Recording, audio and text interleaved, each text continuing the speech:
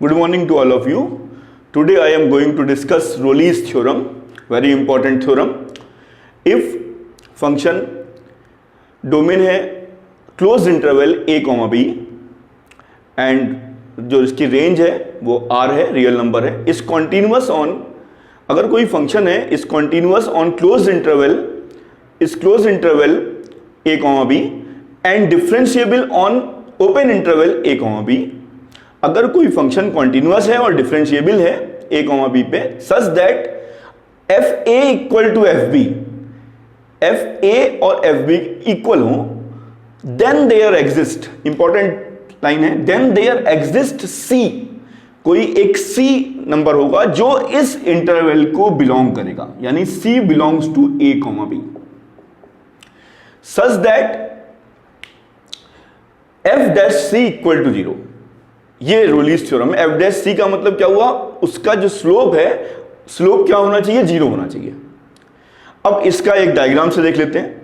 ये एक कर्व है, ये fx है, ये आपका fx is continuous on close interval a, b and differentiable open interval a, b.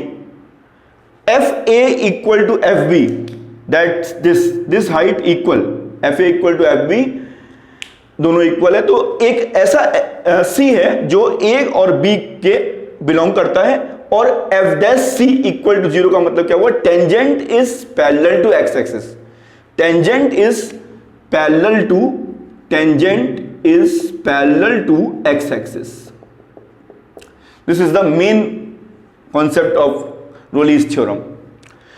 Now the discuss first question, verify Rolle's theorem for fx equal to x cube minus 6x square plus 11x minus 6 on the interval 1, 3 close interval है.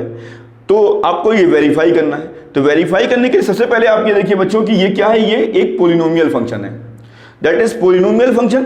Polynomial function is always continuous, polynomial function continuous होगा, ठीक है, इन R and differentiable open interval 1, 3.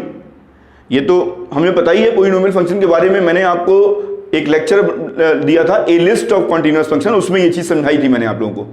उसके बाद अब हम लोग को क्या करना है बच्चों, f1 और f3 इनकी वैल्यू को निकालना है. f1 यहां 1 रख दीजिएगा, f3 यहां 3 रख दीजिएगा, और आप देखेंगे कि ये दोनों हाइट क्या हो रही है बच्चों, बराबर आएंगी. और जब बराबर आएंगी हाइट, उसके बाद हम लोग क्या करेंगे, इसको डिफरेंशिएट करेंगे, उसको हम लोग f डैश c बोलेंगे.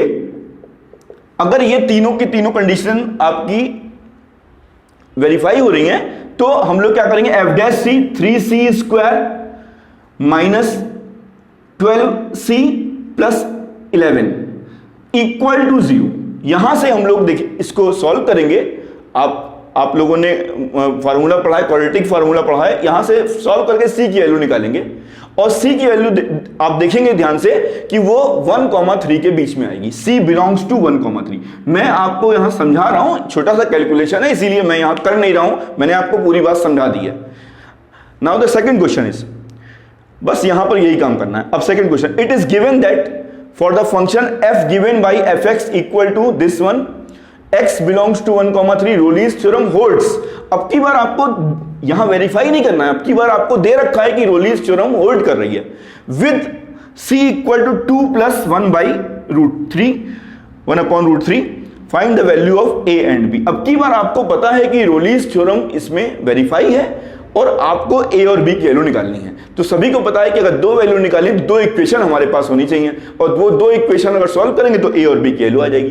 तो वो 2 इक्वेशन कैसे आएंगी बच्चों, रोलीज थ्योरम आपकी वेरीफाई है. अगर रोलीज थ्योरम वेरीफाई है तो f1 इक्वल टू f3 होगा, ये आपको पता है यहां से. तो ये आपका, ये पहली इक्वेशन हो गई. और रोलीज थ्योरम वेरीफाई है तो इसका मतलब है f dash c equal to 0 होगा, ये भी हमको पता है, f dash c equal to 0, क्योंकि ये जो c है हमारा, ये c हमारा इस इंटरवल को बिलोंग कर रहा है, ये जो c है इस इंटरवल को बिलोंग कर रहा है. तो इसका मतलब है कि ये वाला जो c है ये हमारी f डैश c को सेटिस्फाई करेगा. तो यहां से दूसरी इक्वेशन आ गई.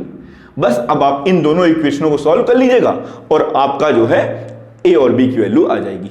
Now the third question is, it is given that for the function fx equal to this one on close interval Rolle's theorem. ये क्या है? पॉलिनोमियल फंक्शन है, तो कॉन्टिन्यूअस क्लोज इंटरवल में और डिफरेंशिएबल ओपन इंटरवल में होगा ही होगा। अब आपको क्या करना है बच्चों, अब यहां पर भी दो इक्वेशन हमें देखनी है। f1 equal to 0 first equation, f1 equal to 0 first equation, f2 equal to 0 second equation. इन दोनों को सॉल्व कर लेंगे तो a और b की वैल्यू हमारी आ जाएगी। Thank you.